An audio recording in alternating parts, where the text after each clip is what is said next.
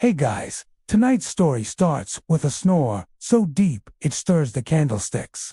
A royal slipper is floating in a bowl of soup, and a bed takes 5 servants and 2 goats to fluff properly. You've just woken up in a medieval palace. The ceiling is leaking. Someone's praying very loudly in Latin 2 doors down, and the king is arguing with his astrologer about what hour is safest to nap. No one agrees. Someone brings you a mug of something hot that smells like old parchment and boiled thyme. You're not sure if this is morning or night or just Tuesday. Welcome to a world where sleep is political, suspicious, and occasionally conducted inside a closet. But before you get too cozy, take a second to gently tap that new hype button YouTube just added. It really does help little guys like me push through the algorithm. And take a second to like the video and subscribe, but only if you genuinely enjoy this strange little corner of quiet storytelling. And drop a comment with where you're listening from and what time it is for you. It's strangely comforting to know who else is drifting off with us around the world. Now, get comfortable. Let the day melt away, and we'll drift back together into the quiet corners of the past. You wake up in a bed that rustles, not in the gentle, cozy way that suggests warm straw and rustic charm, but in the slow, meandering way that implies coins are shifting beneath your spine, and something may be whispering prayers directly into your kidneys.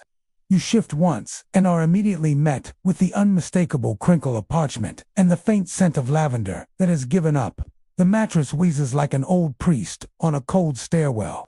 Somewhere beneath you, you're fairly certain a small copper relic just made eye contact with your spleen. A servant stands nearby, fanning you with what appears to be a full goose knot, a feathered fan, not a tasteful plume, a goose, living, mildly indifferent.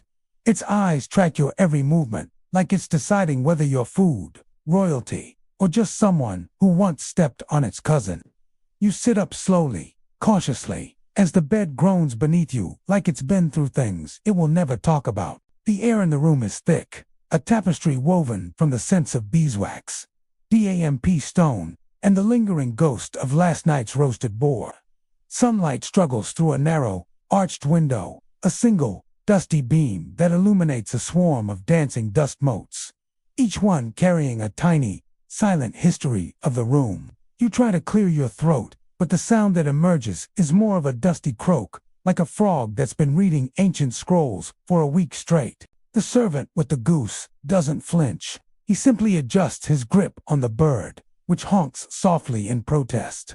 His Majesty requests your presence, the servant says, his voice as flat and gray as the stone walls. He has had a dream. It involved a 3-legged badger and the future of the turnip harvest. This is delivered with the same emotional weight as announcing the weather. You swing your legs over the side of the bed, your feet landing on a rug that feels suspiciously like woven hair. You decide not to think about it. The floor is cold, a shock that travels up your spine and reminds you that you are, in fact, awake. You are handed a tunic made of coarse wool that seems to have a personality of its own, mostly scratchy and judgmental. Getting dressed is a negotiation, not an action. As you step out of the bedchamber, the hallway is a chaotic symphony of medieval life. A dog with a stolen loaf of bread sprints past, pursued by a yelling baker. 2 guards are locked in a silent, intense game of knucklebones in a shadowed alcove.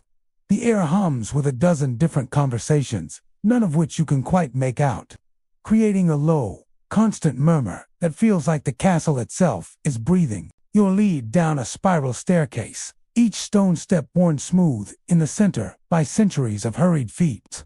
The walls are lined with tapestries, but they aren't grand scenes of battle or coronations. No, these depict mundane events in startling detail. A tapestry of a man stubbing his toe, another of a woman trying to get a cat out of a tree, and a particularly large one detailing the royal accountant's struggle with a difficult tax calculation. It's strangely humanizing. You finally arrive at the king's private chambers. He's not in a grand throne room, but a small, cluttered study filled with scrolls, astrolabes, and a half-eaten apple that's starting to look a bit sad. The king himself is a man whose face is a roadmap of worry. He's pacing back and forth, gesturing wildly with a piece of toast. "The badger," he exclaims as you enter, not as a greeting, but as a continuation of a conversation he's been having with himself. He was wearing a tiny crown, a crown of turnips. What does it mean? Is the harvest blessed, or are we about to be overthrown by a monarchy of root vegetables? His astrologer, a frail man who looks like he's made of parchment himself, is wringing his hands.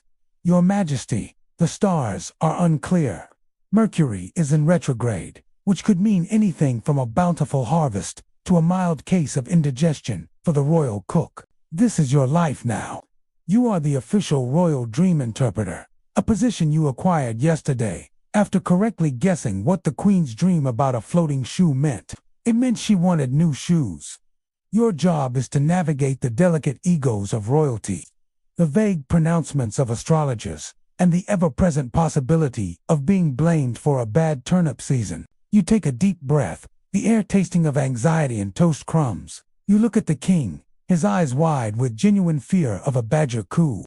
You look at the astrologer, who is now consulting a chart that seems to be a detailed map of a sandwich, and you begin to craft a story that is soothing, plausible, and involves absolutely no overthrow by tuber-based royalty. "Your Majesty," you begin, your voice calm and measured. The three-legged badger signifies strength in the face of adversity. The crown of turnips is a clear sign from the heavens. It means the harvest will be so abundant, so legendary, that it will be a crown upon your reign. The king stops pacing. A slow smile spreads across his face. He loves it. He claps you on the shoulder, a little too hard, and declares that you shall be rewarded with another goose for fanning. Apparently, it's a status symbol. As you're led away, goose number 2 tucked uncomfortably under your arm, you pass by the soup kitchen. You glance into the large pot and see it a single, elegant slipper, bobbing gently in the broth. You just shake your head and keep walking. In this palace, some mysteries are best left unsolved. The first goose honks, as if in agreement. The new one just stares at you, its beady eyes full of judgment. You have a feeling it knows you just made all that up about the badger. You make your way back to your room, the palace's gentle chaos, a familiar lullaby now. You pass the man praying in Latin, his voice a steady, rhythmic chant. You hear the distant sound of a lute being played, slightly out of tune but with great enthusiasm. This strange, leaky, noisy, wonderful place is, for now, your home. As you re-enter your chamber, your servant is there, waiting. He takes the new goose from you with a practiced, solemn air, as if he's been handling royal fowl his entire life. He places it in a corner where it immediately starts a silent staring contest with the first goose. You have a feeling a turf war is brewing. You crawl back into the bed, the mattress greeting you with its familiar, wealthy rustle. The servant doesn't fan you this time. Instead, he pulls the heavy velvet curtains shut, plunging the room into a deep, comforting gloom. The sounds of the castle fade into a distant hum.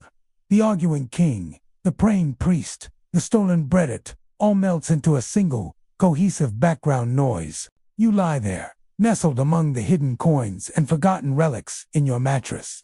The scent of lavender that has given up no longer seems sad, just resigned, peaceful, even to close your eyes. In this world where sleep is a commodity and dreams are state affairs, you have somehow found a moment of peace. You managed to avert a crisis over a root vegetable rebellion. You've doubled your personal goose collection, and you are about to drift off to sleep. And in a medieval palace, that's a pretty good day. As you drift away, your last thought is a blurry one. Maybe tomorrow, you'll ask what's in the soup, or maybe you won't. No, we're staying overnight in what might just be the most peculiar guest room in existence. So, grab a cup of tea or, perhaps honeyed wine and, let's check in. The first thing you notice is the bed. Forget your standard IKEA frame. This thing is carved from some dark, mysterious wood that feels like it was a sacred tree in a past life. The headboard is covered in these intricate symbols. I've been squinting at them for a solid 10 minutes. I think this one here is a bishop juggling fish, which feels ... specific. And next to it, what is that? A bear wearing a crown. Or maybe just a very very fluffy monk. The longer I stare, the more I'm convinced these aren't just decorations. It feels like I am trying to decipher a secret code that will either grant me eternal wisdom or just tell me where the extra pillows are. Now, let's talk about the room itself. It's vast, I mean, truly enormous. The ceilings are so high, they make me feel uncomfortably small, like I've accidentally stumbled into a giant's dollhouse. And the curtains, they're not just fabric. They're architectural marvels. I'm pretty sure they're holding up this side of the castle. They're so thick, they could probably survive a siege. Over by the hearth, there's a tapestry hanging slightly crooked, which is driving me absolutely insane. It depicts, well, it's either a dramatic battle scene or a very tense family picnic. It's hard to tell. Is that a sword or a very pointy baguette? Are they fighting or just aggressively passing the potato salad? The ambiguity is stressful. And speaking of the hearth, there's a fire crackling away, which would be cozy, except it's the middle of summer. The room is already warmer than I'm emotionally prepared for. It's like stepping into a sauna that also happens to be judging you. The air is thick with the scent of sweet, honeyed wine, mixed with incense and something else. Something sharp. It's like boiled onions and deep-seated indecision had a baby. It's a very specific aroma, and I'm not sure how I feel about it. Just as I was contemplating the olfactory mystery, a footman appeared. His hat was a masterpiece of engineering, taller than his entire sense of self. He announced, with great gravitas, that breakfast will be served in 2 yawns. I just nodded solemnly, as if I completely understood this unit of time. Is a yawn a long, sleepy one, or a short, polite one? These are the important questions. He then bowed so low his hat nearly extinguished a nearby candle, and proceeded to back out of the room. He only tripped once, gracefully, over a solid gold chamber pot that everyone in the room pretended not to see. It was a masterclass in awkward exits.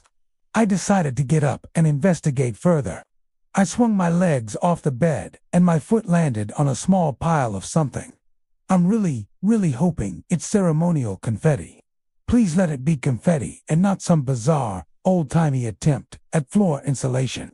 The floor itself is cold, polished stone. It's so shiny, it reflects my own bewildered face with every step, mocking my confusion. It's like walking on a mirror that knows all your secrets. On a nearby stool, a set of robes was neatly folded. They looked comfortable enough, but they were scented with something vaguely herbal and definitively disapproving. It's a scent that says, I'm fresh and clean. But I'm not happy about it. I feel like I've already disappointed my own clothes before even putting them on. Just then, a maid entered without a sound. She carried a fresh towel and a bucket of water that was steaming. The steam had a certain intensity, the kind that suggests this is meant to be refreshing in the same way a slap to the face is invigorating.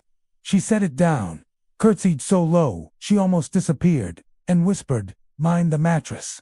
It complains if you bounce too quickly." Then, poof, she was gone before I could ask the most obvious follow-up question in human history. Is that literal or metaphorical? Does the mattress actually speak, or does it just sort of grumble? I needed to know. My curiosity now fully piqued, I returned to the bed. This was no longer just a place to sleep. It was an enigma wrapped in a duvet. I carefully lifted the corner of the top blanket, half expecting to find simple straw, or maybe some lumpy wool. But oh no, that would be far too normal. Instead, I found layers. Actual, distinct layers. Like a geological cross-section of weirdness. The first layer was incredibly soft and smelled faintly of lavender and judgment. Yes, definitely judgment. The next layer down was stiff and, alarmingly, moist. I have no explanation for the dampness, and frankly, I don't want one. I'm just going to pretend it's morning dew from a magical indoor meadow. The third layer was the real surprise. It had actual coins sewn directly into the quilting. Hundreds of them. Why? Was this a security measure? Or was it some kind of primitive acupressure? The theory being that back pain could be soothed by the firm, unrelenting reminder of national currency. Don't worry about your aching spine. Just think of the economy. Digging deeper. tucked just beneath the fourth layer, which felt suspiciously like it was filled with dried leaves. I found a small pamphlet. The title, printed in elegant Latin script, read Moral Conduct in Dreaming, and it was very clearly stained with, let's call it wine, a deep red wine. It seemed to be a guide on how to behave ethically while unconscious. I suddenly felt very nervous about my recurring dream where I steal all the muffins from a bakery. Finally, the last piece of this puzzle, the pillow. It was shaped like a standard rectangle, but it had the distinct texture of old, hard cheese. I'm not exaggerating. It was firm, a little crumbly around the edges, and the smell, oh, the smell. It was a delicate bouquet of sage and long-held disappointment. It was the scent of 1,000 broken promises and forgotten birthdays. With a deep breath, I gathered my courage and poked it. Just once. And I swear to you, it sighed. A soft, weary exhalation of air. I froze. The pillow sighed at me.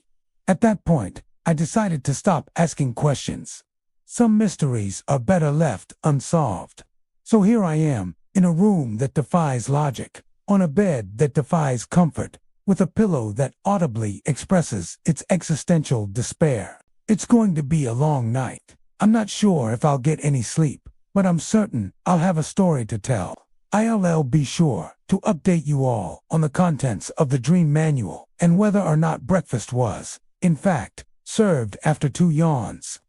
Outside the window, the sound of horses stomping and someone screaming about jam echoes through the courtyard. A bell rings somewhere above me. The goose hums. The door creaks open again, and a steward in full formal regalia enters, holding a scroll. And by formal, I mean he's wearing twice as many buttons as any man should. He unrolls it dramatically, revealing my schedule for the day. 1 ceremonial yawn, 2 contemplative sighs, breakfast with the royal cousins, and a nap evaluation to be completed before sunset. Your sleep quality will be rated by His Majesty's Committee of Somnolent Advisors, he says, his voice as stiff as his collar. Please record any dreams you may have had involving foxes, feathers, or sin. I nod, wondering if the dream about the jellyfish counts. He doesn't wait for clarification. Once he's gone, I sit back on the bed. The mattress emits a suspicious sigh. The goose eyes me. I think about my own bed at home. Simple, flat, unscented, and blissfully unlikely to contain political commentary. But here, in this room, where even the fire seems to judge me, my rest is an act of diplomacy. I shift slightly to the left, and a tiny rustle under the blanket mutters something about penance. I freeze. The mattress crunches again, coins shifting, paper rustling, dreams praying beneath me like saints who overslept. I lie down. I close my eyes. I try not to bounce. Later, I'm sitting in a chair that's technically a throne, but only for consultation purposes. It's a little too short, a little too damp, and definitely smells like someone once ate a pear here and never apologized. Around me, the Royal Nap Council assembles, each shuffling in with the slow, ceremonial pace of people who believe time itself is watching. I've been invited only as an observer, which is a polite way of saying they expect me to stay quiet and maybe hold a candle if things get dramatic. The Grand Somnambulist, a man whose eyelids appear to be winning a slow, decades-long battle against his eyeballs, clears his throat. We convene today to discuss the matter of the royal pillows. He gestures to a pile of pillows on a velvet table. There's the pillow of indecision, stuffed with maybe fears, and the pillow of minor regrets, which apparently whispers things like, "You should have used a coaster." The discussion is intense. A duchess argues that the pillow of indecision is causing existential dread in the East Wing. A baron counters that it's actually promoting philosophical inquiry. Someone suggests filling a pillow with the hushed apologies of civil servants.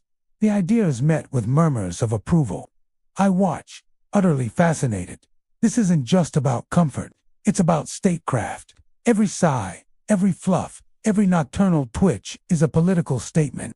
The Grand Somnambulist turns his heavy gaze to me. Observer, he intones your thoughts on the optimal fluff-to-firmness ratio for promoting peaceful dreams of national prosperity. The room falls silent. All eyes are on me. The fate of the kingdom's sleep, it seems, rests on my shoulders. I take a deep breath, thinking of the screaming man and the jam, the judgmental goose, and the mattress full of prayers. Well, I begin. Have you considered just a regular pillow? The collective gasp is so loud it nearly blows out the candles.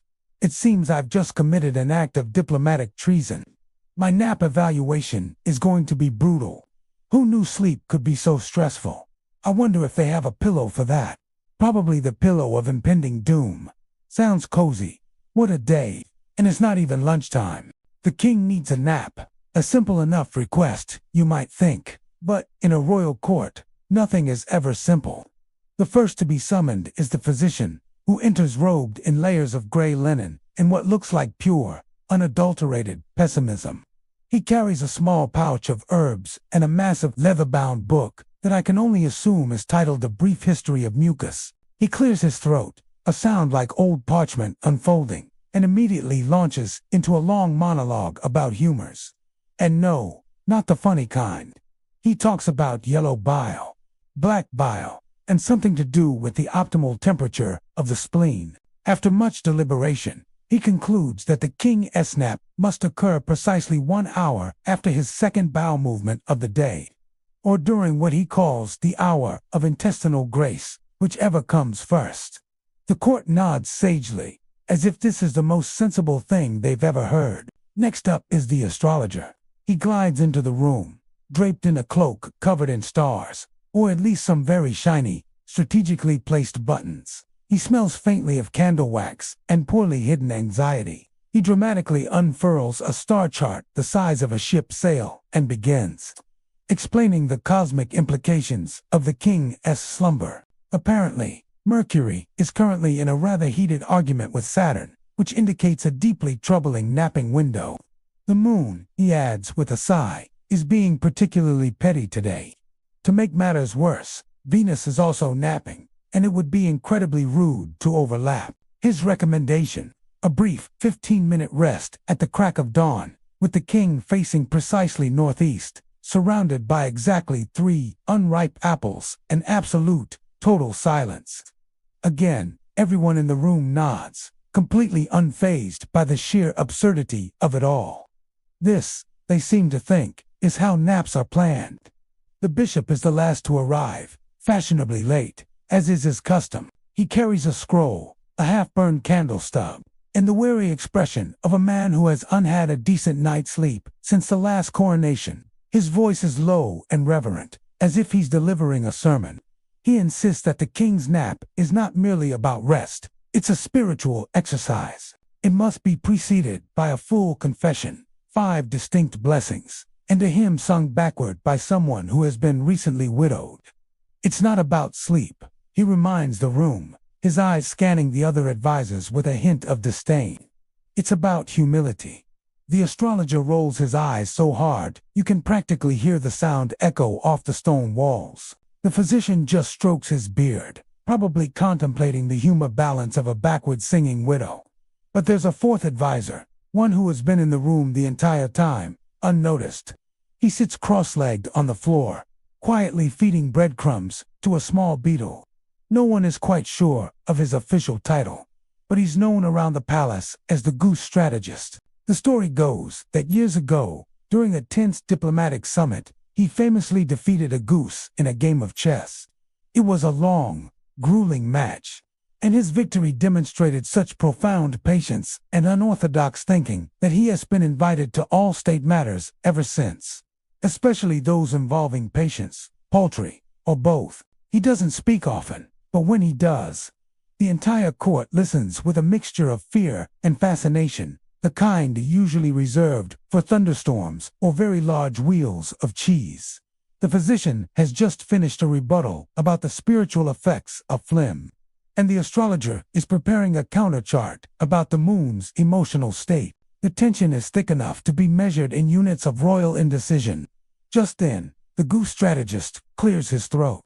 The sound is small, but it cuts through the room like a bell. Even the beetle on the floor pauses its meal and looks up. The other 3 advisors fall silent, turning to face him. The king, who has been trying very hard to stay awake through all of this, leans forward on his throne. The goose strategist looks calmly around the room, meeting each of their gazes. He then looks directly at the king. In a plain, simple voice, completely devoid of jargon or celestial nonsense, he says, "The king should nap when he is tired." A profound silence fills the hall. The physician's mouth hangs open. The astrologer slowly begins rolling up his massive star chart, a look of dawning realization on his face. The bishop simply blinks, as if the thought had never, ever occurred to him. The king stares at the goose strategist for a long moment. Then a slow smile spreads across his face. He lets out a huge yawn, stands up, and without another word, heads toward his bedchamber. The problem, it turned out, was never really a problem at all. There is silence. A deep, profound, spiritual kind of silence. The bishop makes a small, bewildered sound. The physician clutches his herb pouch like it might just get up and run away. The astrologer stares at the stars on his sleeve as if they've personally betrayed him. And then, the council immediately begins debating. The physician accuses the astrologer of promoting chaos. The astrologer, in turn, accuses the bishop of fear-mongering, and the bishop, he accuses the beetle of witchcraft. Yes, the beetle. Someone taps a spoon against a lute, a soft clinking sound trying to impose order. The air grows thick with incense and a heavy dose of passive aggression. Someone hands you a scroll and asks you to document this session. You look down at it. The scroll is already covered in someone else's scribbles, mostly detailed diagrams of different noses. You decide to begin writing anyway, though you have absolutely no idea what counts as important. The phrase ritual yawning comes up at least twice. So does blanket authority. No one laughs, not even a chuckle. An hour of this passes, and then the king arrives.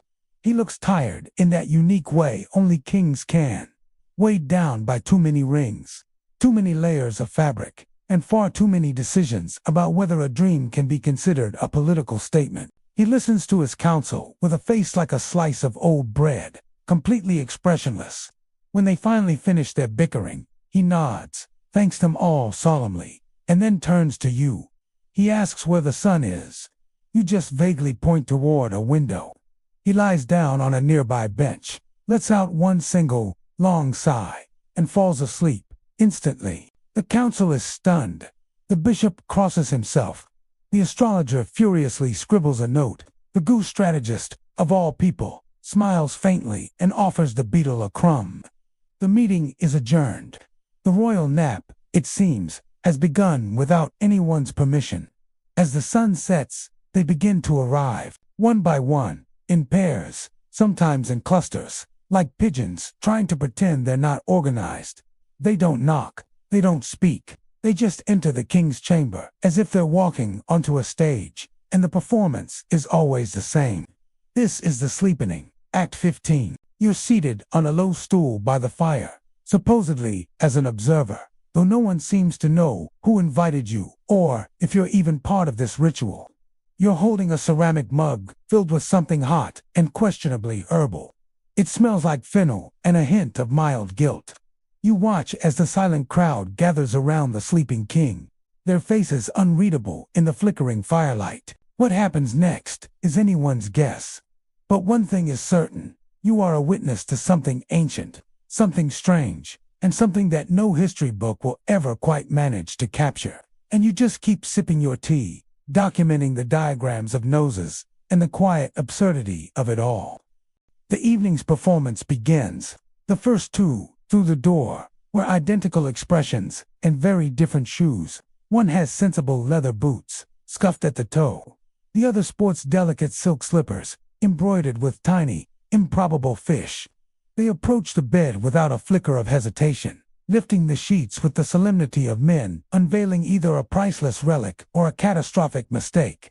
It's a fine line in this palace. One of them, the one in the sensible boots, pats the mattress gently.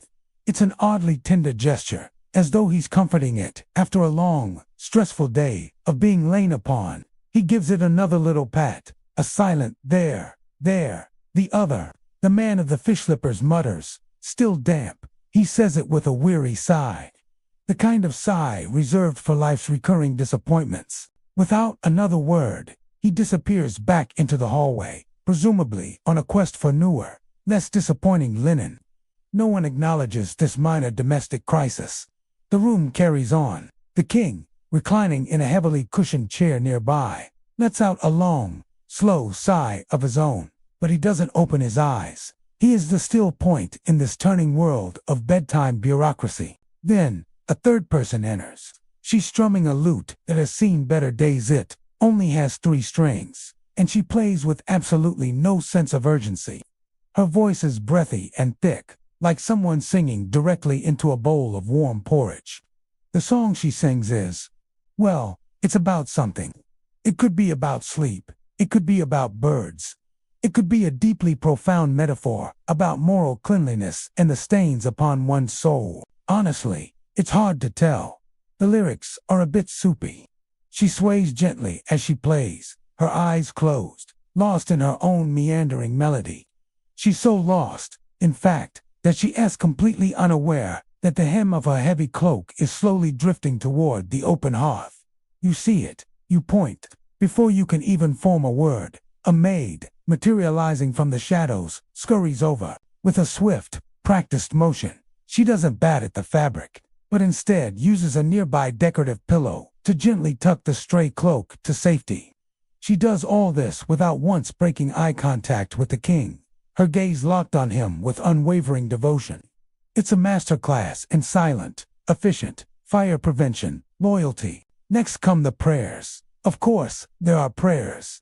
3 members of the clergy file in, all dressed in muted tones of gray and beige, as if to not distract from the holiness of the moment.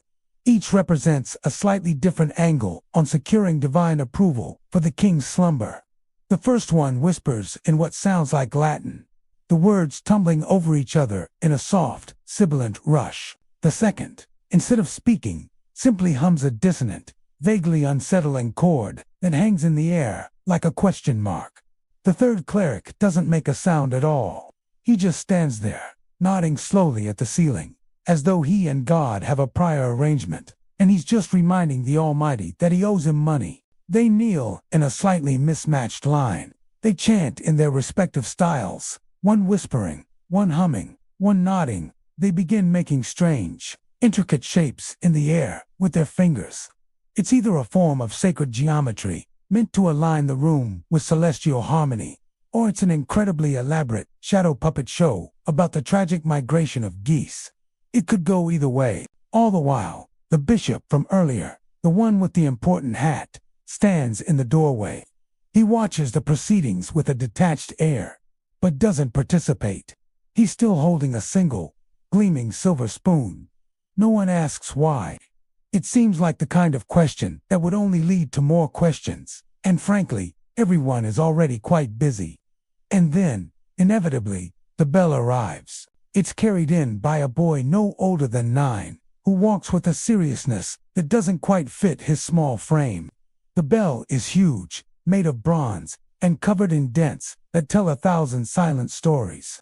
It smells faintly of ozone, that sharp, clean scent that follows a lightning strike.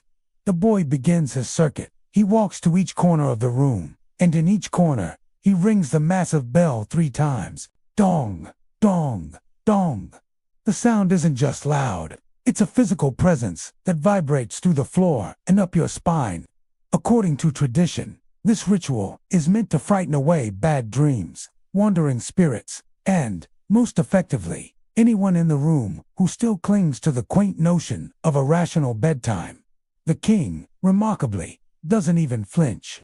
He is a man accustomed to having his peace violently protected. After the final corner is cleared of spiritual loiterers, the king simply raises one hand, a quiet, almost imperceptible gesture. The boy, seeing the signal, vanishes as swiftly as he came, dragging the heavy bell behind him. It scrapes against the stone floor, sounding for all the world like an old, heavy grievance being reluctantly pulled away. Now, the room settles. The whirlwind of activity subsides into a quiet hum. The fire in the hearth has died down, leaving a sullen, orange glow that paints soft shadows on the walls. The bed, now freshly reassembled with a set of crisp, dry, and altogether more appropriate linens, stands ready. A cedar-scented bolster has been placed just so. It looks less like a place of rest and more like a very polite, very comfortable threat. Sleep is not a request, it is a command. 2 footmen approach the king's chair. One carries a small, ornate tray, holding a basin of steaming water, the steam carrying the scent of lavender and mint. This is for the royal feet. The other footman holds a small, dark glass vial, a simple paper label pasted on its side. The label reads, in a neat, cursive script, "Night thoughts, mild." The king declines the vial with a low grunt, a wave of his hand dismissing the bottled tranquility. But he accepts the footbath. He extends his feet with the tragic grace of someone who has been pampered his entire life, but has never once been surprised or genuinely delighted by it. The warm water swirls around his ankles, a final, gentle step in the long, elaborate march toward unconsciousness. The performance is almost over. The audience of servants begins to melt away, leaving the king to face the night, armed with clean feet and the heavy silence of his own thoughts. You stand at the edge of the royal bed, staring at it like it's just asked you a riddle and offered you a fish.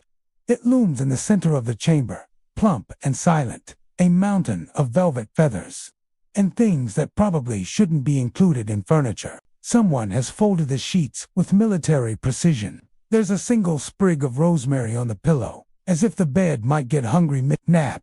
The chambermaid beside you is small and wrapped in so many layers of wool, she could easily be mistaken for laundry. She leans in close, her breath smelling faintly of mint and ominous folklore. "Moan once for good," she whispers, "twice for less good. 3 times if you feel spiritually uneasy." You nod, and she steps back as though you've been marked for something solemn or flammable.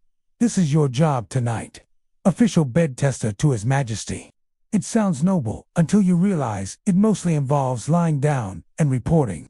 You're not allowed to speak, not even a whisper. The king believes voices leave echoes in the linens. Echoes, he claims, steal his dreams. So, you're a silent bed warmer, a human comfort thermometer. Your task is simple. Lie in the king's bed for exactly 20 minutes. You are to assess its comfort, its warmth, and whether it feels haunted. After your shift, a scribe will debrief you using a series of interpretive hand gestures. A thumbs up means the mattress is fit for a king. A thumbs down means the royal carpenter is about to have a very bad day. Last week, your predecessor gave the thumb sideways gesture, and no one has seen him since. They just said he was reassigned to the moat. The whole process feels less like a job and more like a very elaborate, very quiet play, where you're the main prop. The door opens, and it's time for the pre-tuck-in ceremony. You watch as a woman you've never seen before approaches with a single feather and dabs it along the edge of the mattress. You assume it's ceremonial. She winks at you, then leaves. No one reacts. You don't ask. At last, the king rises. He is already in his sleep robe, which is lined with fox fur and embroidered with something that might be poetry or just a list of cheeses. He does not speak. He merely climbs into bed, the covers pulled back by 2 people wearing gloves and matching expressions of humble anticipation. Once in place, the blanket is drawn up to his chin with the kind of precision usually reserved for folding maps or concealing scandal. A scribe steps forward, records the exact moment of tucking, and retreats without a word. The final visitor is a woman who walks the perimeter of the room, dropping rose petals and muttering about destiny. She places 1 petal on the king's forehead, another on his foot, and a third on the windowsill. Then she blows out a single candle.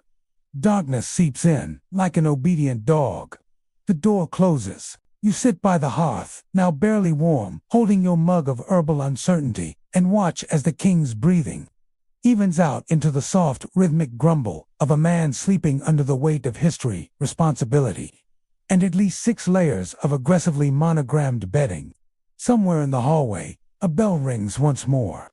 Just in case, and you sit there, the silent guardian of the royal slumber, wondering if reassignment to the moat comes with a pension. You take a sip of your tea. It tastes a little like mint, and a lot like ominous folklore. They crunch faintly under your elbow. The mattress sighs. You lie down slowly, trying not to bounce, though it's difficult because the bed has layers. It's not just one surface. It's strata, a mattress sandwich with fillings that range from plush down to something that might be hay, or at least the idea of hay. Beneath you, something shifts. It could be a spring. It could be a mouse. You wriggle just a bit. Nothing aggressive. A mild exploratory wiggle. You shift to the left and land on something round and firm. You shift to the right and discover the whisper of a prayer stitched into the sheet with silver thread. The pillow cradles your head like it's unsure whether you deserve comfort or confrontation. The maid coughs gently. You realize you haven't moaned yet. This is part of the job, the assessment. You let out one sound, soft and low, trying to keep it neutral. The bed is fine. Possibly. Probably. You wait. She tilts her head. Was that one? Or two? She mouths. You moan again. Once, deliberately. She nods, pulls out a scroll, and scribbles something with a quill the size of your forearm. Then something beneath you shifts again. You freeze. It's subtle, like a breath or a threat. You roll slightly and feel it. A lump. Firm, oblong, and disturbingly warm. You press gently. It makes a noise. Not a human noise. Not quite, but not human either. A soft, purring noise. You glance at the maid. She raises an eyebrow. You moan twice, softly. She frowns. Lump, she mouths. You nod. She writes lump on the scroll, then underlines it twice. You shift again. The lump seems to settle, as if finding a more comfortable position. You moan a third time, slowly, with feeling. The chambermaid sighs. She sets down the quill. 3 moans. She walks from the room, not in a hurry, but with resignation. You are now alone in the royal bed. With the lump, it purrs again, a low rumble that vibrates through the strange layers of the mattress. Tentatively, you reach down, your fingers brushing against something that feels like fur. No, more like warm velvet. The lump shifts, pressing back against your hand. You lie perfectly still, listening to the sound of your own heart and the steady, rhythmic purr from the mysterious creature sharing the royal bed with you. You wonder what a 4-moan rating would even mean. You consider it, but decide against it. For now, 3 moans and a warm, purring lump is more than enough adventure for one day. You close your eyes, surprisingly comfortable, and decide to just go with it. What's the worst that could happen? The king's first sleep begins with a sigh, a slow exhale of velvet and ceremony. He's tucked beneath layers of ritual and goose-feathered certainty, and the room dims around him.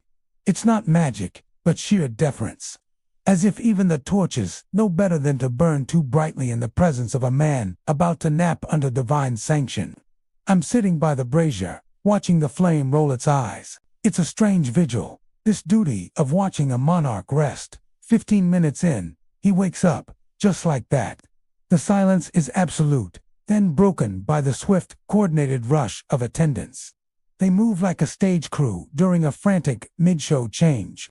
A towel is brought, slightly damp, but warm. A basin appears, the water inside infused with rosemary and what smells suspiciously like crushed anxieties. The king washes his hands, scrubbing as if he's trying to remove a stubborn memory. Then he washes his face like it owes him something, drying it with a cloth embroidered with an image of himself sleeping. I'm not sure if that's meant to be ambition or prophecy. It's a little on the nose, if you ask me. Next, a servant approaches, walking with the quiet reverence usually reserved for holy relics. He carries a small silver tray. In the very center, one perfect radish sits, glistening with dew, or perhaps anticipation. The king picks it up and eats it whole, chewing slowly, deliberately. The crunch echoes through the chamber with the solemnity of thunder in a cathedral. It's the most important radish in the entire kingdom, and it knows it. After the radish comes the prayer. The chaplain arrives, half asleep himself, his robes on backward. He starts muttering a blessing that sounds suspiciously like it's meant for chickens. Realizing his mistake mid-sentence, He fumbles to turn his stole around and begins again, this time with the correct incantation for royal slumber. The king bows his head. The entire room holds its breath. I stare up at the ceiling, which is painted with stars arranged in blessed constellations that somehow look oddly judgmental. They seem to be asking what I'm doing with my life. With the reddish consumed and the heavens placated, it's time for second sleep. The king lies down again, this time with much less ceremony. Just a nod, a brief grunt, and a rearrangement of limbs that suggests he's negotiating terms with the bed. An attendant hands me a small, ornate bell. Ring this if he starts levitating, he whispers, then walks away. No one explains why levitation is even on the table. Is it a common side effect of royal napping? A known issue with this particular mattress. I'm left holding the bell, feeling woefully unprepared for supernatural events. The king dozes off. This sleep seems deeper. His breathing changes, slows to a steady, rhythmic cadence. A small wrinkle in his brow, etched there by the day's worries, finally smooths out. I think he might actually be dreaming. Whether it's of peace, or ducks, or a tactical error he made in the Battle of Slightly Moist Hill, I cannot say. His fingers twitch. His foot jerks once, a sudden, sharp movement. A single whisper escapes his lips, "Bertram," before he falls silent again. I glance around. No one in the room is named Bertram. A collective, unspoken question hangs in the air. I shift in my chair, trying not to make a sound. My foot bumps the leg of a nearby table. A silver spoon, perched precariously on the edge, slides off. It lands on the stone floor, not with a clatter, but with a dull, final-sounding click, like a lock closing. Every head in the room turns toward me. I freeze, my heart pounding in my throat. The king stirs. He frowns in his sleep, then mutters something about bread. A steward, ever vigilant, quickly makes a note on a small wax tablet. Crisis averted. The kingdom is safe. For now. 23 minutes pass in thick, anxious silence. Then, he wakes again, this time with purpose. He sits bolt upright, his eyes wide but unfocused, like someone searching for meaning in a dream they're still partly inside. He points a regal finger toward the window. "Too much blue," he says, his voice raspy with sleep. It's the middle of the night. The sky is entirely, completely black. A servant bows deeply, draws the heavy curtain closed, and says without a hint of irony, "Of course, Your Majesty." And we all wait, ready for the next phase of this bizarre, nocturnal ritual. Have you ever wondered what it's like to sleep like a king? I'm not talking about a luxurious mattress or a silk pillowcase. I mean the real, historical, sometimes bizarre, rituals that royalty went through just to get some tie. It wasn't as simple as turning off the lights and closing your eyes. It was a public spectacle, a ceremony, and sometimes a bit of a circus. Let's travel back to the court of Louis XIV, the Sun King. His bedtime routine, known as the kucha, was a major event. Imagine this. You've had a long day of being incredibly important, and now you just want to sleep. But first, you have to parade through a room packed with dozens, sometimes hundreds, of courtiers, all watching your every move. The highest-ranking nobles had the honor of helping you undress. One hand you your nightshirt, another hold your candlestick. It was less about comfort and more about reinforcing the social hierarchy, even in pajamas. Privacy was a luxury not even a king could afford. This wasn't just a French thing, either. Across Europe, the royal bedchamber was a center of power. It was a place where secret conversations happened, where petitions were heard, and where political maneuvering took place, right up until the moment the royal head hit the pillow. The bedroom wasn't a private sanctuary. It was a public stage. Think of it as the ultimate open-plan office, but with more four-poster beds and a lot less personal space. But what about the sleep itself? Before the Industrial Revolution and electric lighting, most people didn't sleep in one long, 8-tower block like we do today. They practiced what historians call segmented sleep, or first sleep and second sleep. People would go to bed shortly after dusk, sleep for about 4 hours, and then wake up for an hour or two in the middle of the night. This wasn't a sign of insomnia. It was completely normal. This quiet, wakeful period was a treasured time. People would use it to pray, to read by candlelight, to have a quiet chat with their spouse, or even to visit neighbors. It was a time for reflection and intimacy, a peaceful island in the middle of the night's darkness. Then, they would go back to bed for their second sleep, waking up with the dawn. There are countless references to this in literature, from Chaucer to Dickens. It was just the way the world worked. So, when we imagine a king in his grand bedchamber, he likely wasn't just sleeping through the night. He might wake up, surrounded by the faint glow of embers in the fireplace, and use that time for quiet contemplation or to attend to matters of state. Perhaps a trusted advisor would be summoned for a clandestine meeting in the dead of night. The entire rhythm of life, work, and rest was fundamentally different from our modern, non-stop world. Now, let's talk about the royal bed itself. These weren't just pieces of furniture. They were statements. The Great Bed of Ware, for example, is a gigantic oak bed built in the late 16th century. It's over 10 feet wide and could supposedly sleep for couples at once. It became so famous that it was mentioned in Shakespeare's Twelfth Night. Beds were often the most expensive item in a household, and for a king, they were symbols of wealth, power, and dynastic continuity. They were lavishly decorated with intricate carvings, heavy velvet curtains, and layers upon layers of fine linens and furs. These curtains, by the way, weren't just for show. They provided privacy in a room that might be full of attendants and bodyguards. They also kept out drafts and kept in warmth, creating a cozy little micro-environment. It was like having your own personal tent right in the middle of your bedroom, an essential feature in a drafty, unheated stone castle. And what did they wear to bed? Forget comfy cotton pajamas. Night clothes for the nobility were often made of fine linen or silk.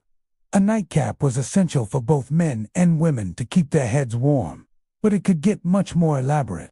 Imagine a king so concerned with his image and security that he's still partially armored. While sleeping in a full suit of armor is mostly a myth, the lines between daytime and nighttime attire were often blurred. The king's bedchamber was a semi-public space, so he had to be presentable at all times. Consider the odd rituals that might have surrounded the royal sleep. Food and drink were common.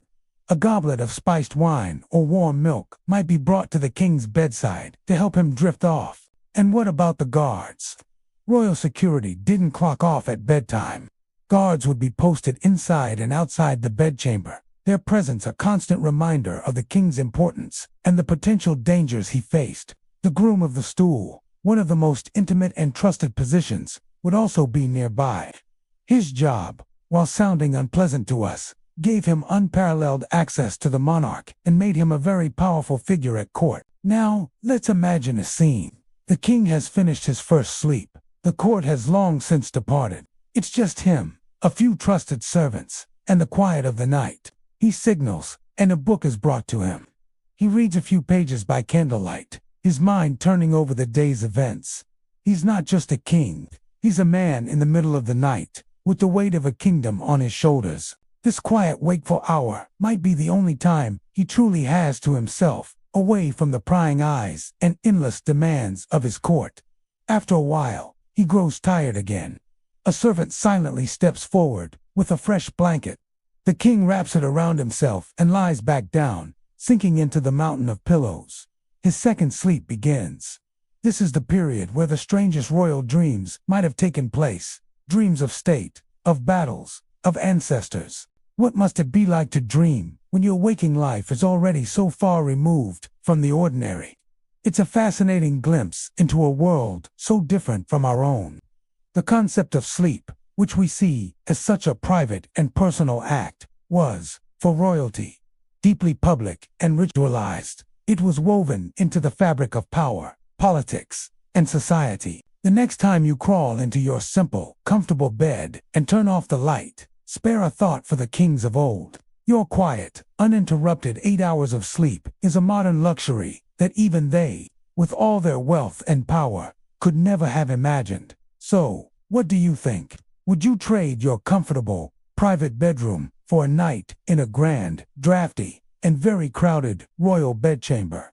Let me know your thoughts in the comments below. I'd love to hear what you think about these historical sleep habits. The Queen, reclining on a fainting couch shaped like a lion that has clearly given up, rolls her eyes and fans herself with a slipper. He just doesn't like feeling vulnerable, she says, her voice dripping with the kind of exasperation only years of marriage can produce. Says if he dies in a dream, he wants to die standing. It's an interesting philosophy, I'll give him that. Just then, the royal cook appears, breathless, holding 2 thick wooden planks under his arm. Reinforcements, he mutters, not to me, not to anyone really, just to the air itself. He immediately crawls beneath the enormous royal bed. I hear him grunting down there. The last time he wore the greaves, the cook's voice echoes from under the mattress. The whole frame gave up, and the floorboards asked for mercy. I guess it's my turn now. I try slipping into the royal sleepwear designated for guests of minimal importance, but significant curiosity. That's me. The sleeves itched immediately. The wool is so coarse, it feels like it actively resents being touched. I'm almost certain the seams are whispering insults at me. A row of pearl buttons runs from neck to navel, all impossibly close together. Each one seems to need a specific angle and probably a quiet prayer to fasten. I managed to get 3 of them done before giving up entirely. This is more work than my actual job. And the pants, oh. The pants are somehow worse. They're tight in all the wrong places and loose in a way that feels accusatory, like they know my secrets. The chambermaid comes to my rescue, her fingers deft and utterly indifferent to my personal dignity as she tugs and pulls. This pair belonged to the last taster, she says, her voice flat. She pauses, then clarifies, of dreams, not food.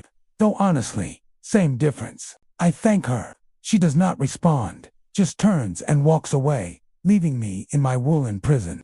Meanwhile, the main event is starting.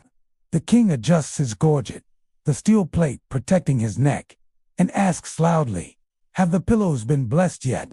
The bishop hurries forward, muttering something in Latin while sprinkling water from a small flask. I catch a glimpse of the label. It says, "Mostly holy." That's reassuring. A monk wearing a nightcap follows him, ringing a small bell and scattering dried rose hips across the bed. He declares them emotionally fortifying, whatever that means. The Queen pretends to sleep through all of it, but I see her peeking through one eye.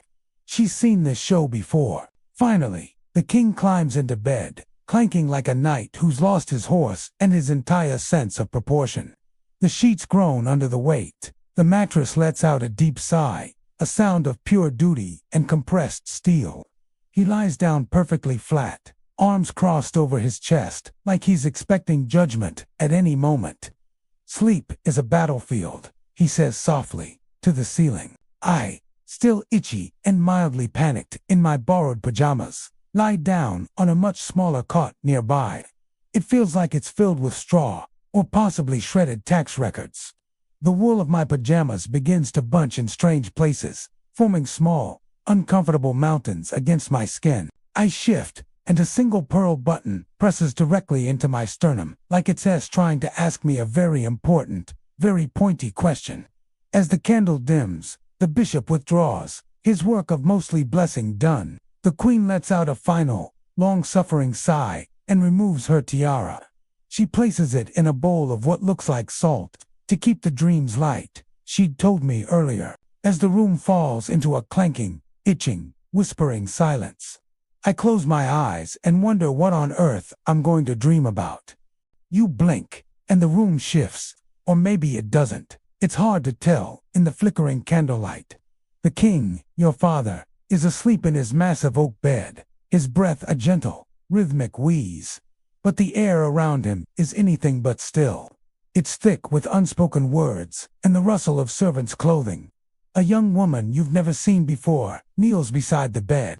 She carefully rebuttons a button on the king's velvet robe, a button that wasn't even undone a moment ago. Her movements are precise, almost reverent, as if this single button holds the fate of the kingdom. You hear a soft clink to your right. On a small table that definitely wasn't there 5 minutes ago sits a porcelain bowl. A silver spoon rests against its rim, gleaming. Steam rises from the bowl, carrying a faint, savory scent you can't quite place. No one is eating. No one even looks at it. It's just there, an actor on a stage waiting for a cue that will never come. Then, the humming starts. It's quiet, almost lost beneath the crackle of the fireplace. The tune is simple, without any real melody, yet it feels deeply, unsettlingly familiar. You rack your brain, and then it clicks. It's the same little tune the Queen was whistling earlier today. She was in her dressing room, surrounded by dozens of mannequin heads, arranging her collection of wigs by mood. There was the disappointed but hopeful wig, the vaguely annoyed by the court jester wig, and her personal favorite, the contemplating a minor edict wig. She was whistling this exact tune as she placed a tiara on the quietly smug one. The humming seems to weave its way through the very fabric of the room, and for a strange, fleeting moment, everything falls into a perfect, bizarre synchrony. The fire in the hearth crackles in perfect rhythm with the tune. The king lets out a long, slow exhale, perfectly on beat. It's like the entire room is a single, breathing organism.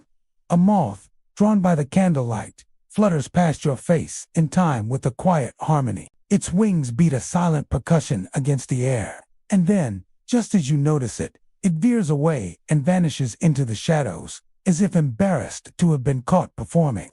From just outside the heavy oak door, you hear the bishop's voice. It's a low, resonant rumble, a chant that's not quite Latin, but not quite any language you know. It has the cadence of a prayer, but the substance of a grocery list. The words are meaningless, but they carry an immense weight. Inside the room, the servants all bow their heads for exactly 3 seconds, a practiced, unified motion. Then, just as quickly, they straighten up and resume their whispering. Their whispers are the room's true soundtrack, a constant, sibilant murmur that you can never quite make out. It's like listening to the sea from a great distance. You can hear the sound, but you can't discern the individual waves. One servant is now dusting the corner of a massive tapestry on the wall. You've looked at that tapestry 1,000 times. It's supposed to depict the great battle of whoever, but you're pretty sure it's just a chaotic scene of a war nobody actually won. Everyone just sort of got tired and went home. But the servant dusts it with the focus of a scholar studying a sacred text. Another is over by the fruit bowl. He's rearranging the arrangement. A minute ago, the pears were clearly the dominant fruit, piled high in the center. Now, he's meticulously repositioning them, giving the apples and plums more prominence. He cocks his head, studies his work, and moves a single grape 1/4 of an inch to the left. It's a matter of the utmost importance. Apparently, the politics of fruit. You try to sit up, a groan catching in your throat. Your muscles feel stiff, as if you've been lying here for days. Instantly, a servant is at your side. Without even looking at you, she places a cup of water near your hand. Her movements are fluid, economical, perfected through endless repetition. You pick up the cup. It's strangely warm, and when you take a tentative sip, it's slightly salty, like tears. You don't ask why. You've learned that some questions in this palace are better left unasked. The answers are usually more confusing than the mystery. The king mumbles something in his sleep. This time it's louder, more distinct than his usual wheezing. It sounds like, "Beware the hound." He says it with a strange urgency. Or, wait, was it? Where's the ham? It's hard to be sure. His royal diction isn't what it used to be. The servants standing nearby hear it, and they both nod with the utmost solemnity. One of them immediately turns and leaves the room, walking with a purpose that suggests a ham-related emergency or a looming canine threat.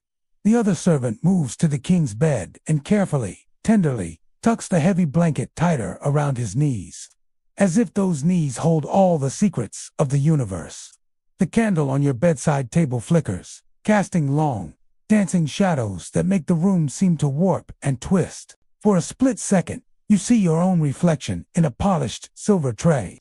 The face that looks back is gaunter, more tired than you feel.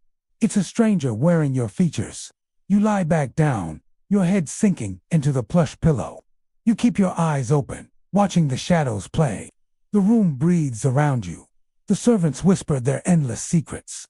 The night goes on, as it always does, too quiet to trust, and far too loud to sleep. You find yourself staring at the candle stub. It's melting slowly, wax dripping onto a small plate shaped like a miniature knight's shield. The flame wavers, a tiny, defiant speck of light against the oppressive darkness of the chamber. You follow a single drop of wax as it rolls down the side and solidifies. It's hypnotic, mesmerizing. And then, a bell chimes. It's not the grand, booming bell from the clock tower that announces the hour. This is a small, hesitant sound, a bell that seems unsure of its own authority, as if it's ringing itself apologetically. But it rings all the same, and the effect is instantaneous. Everyone in the room pauses. It's not a freeze, not a sudden stop. It's a deliberate, collective halt, the kind of pause people make when they've just been caught in the middle of a poorly thought-out plan. The whispering stops, the dusting stops, the fruit arranging stops. The air becomes heavy with anticipation. The king, who you thought was deep in his possibly ham-related dreams, opens one eye. It's a slow, deliberate, almost theatrical movement. The kind of eye-opening that has been practiced for hours in front of a mirror to achieve the maximum dramatic effect. He doesn't blink. He just stares at the canopy of his bed. His fingers, which had been resting peacefully on the blanket, give a slight twitch. Then they fall still. The bishop, who had been sitting quietly on a stool near the foot of the bed, rises. He stands tall, his dark robes making him look like a pillar of shadow. He clears his throat with a ceremonial severity, a sound that says, "Listen closely, for I am about to say something both completely nonsensical and legally binding." He lets the silence hang in the air for a moment longer, savoring the tension. "It is now 3 minutes to curfew," he announces, his voice filling the suddenly silent room. "Position yourselves." The servants move with a new, quiet urgency. The one who had been dusting the tapestry now stands at attention beside it. The fruit arranger straightens his back and clasps his hands behind him. The woman who rebuttoned the king's robe now stands near the headboard, her gaze fixed on the wall. They each take up a specific, seemingly random spot in the room, like chess pieces being set for a game you don't understand. A sense of ritual descends, a strange, nightly ceremony commencing. You, lying in your bed, are just a spectator to this silent, baffling play. The king's one open eye swivels, ever so slowly, and seems to land on you. A silent question hangs in the air, but you have no answers. The curfew is approaching, and you have no idea what that even means. Thanks for watching.